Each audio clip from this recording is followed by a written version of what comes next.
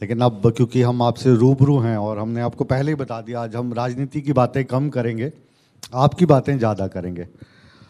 तो हमें बिल्कुल शुरू से बताइए, जहाँ से हमने शुरुआत की कि पाकिस्तान से आपके माता पिता यहाँ पे आए थे, आपका जन्म हरियाणा में हुआ, वो दौर और आज हम 2023 में हैं।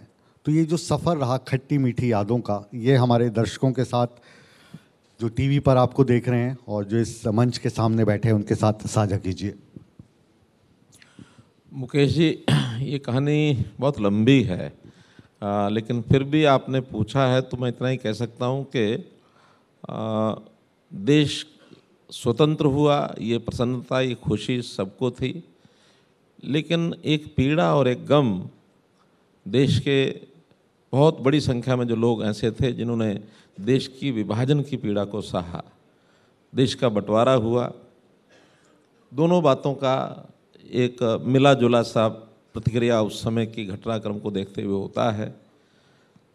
परिवार, ठीक कहा, पश्चिमी पंजाब के झंग ज़िले से आकर के और हरियाणा के अलग अलग स्थानों पर रहने का अवसर मिला। ज़मीन कहीं अलॉट हुई, मकान कहीं मिला, और फिर सब इकट्ठा करते हुए रोहतक के गांव में हमारे पिताजी खेती करने के लिए ज़मीन जो है उन्होंने खरीदी।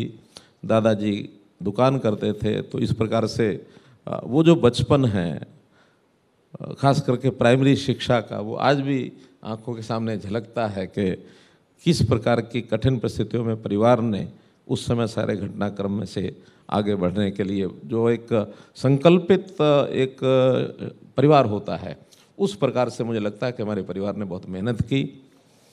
पढ़ाई के करते हुए, पढ़ाई को आगे बढ़ाते हुए कठिनाइयाँ बहुत आई, लेकिन फिर भी मैं इस विषय का श्रेय अपने माताजी को देता हूँ। जैसा कहते हैं ना कि हर सफल व्यक्ति के पीछे एक महिला का हाथ होता है, तो मैं उस नाते से अपनी माँ को आज के सफलता के श्रेय में उनको ये श्रेय देता हूँ कि उन्होंने मुझे पढ़ाई के लिए आगे बढ़ने के लिए प्रोत्साहित किया।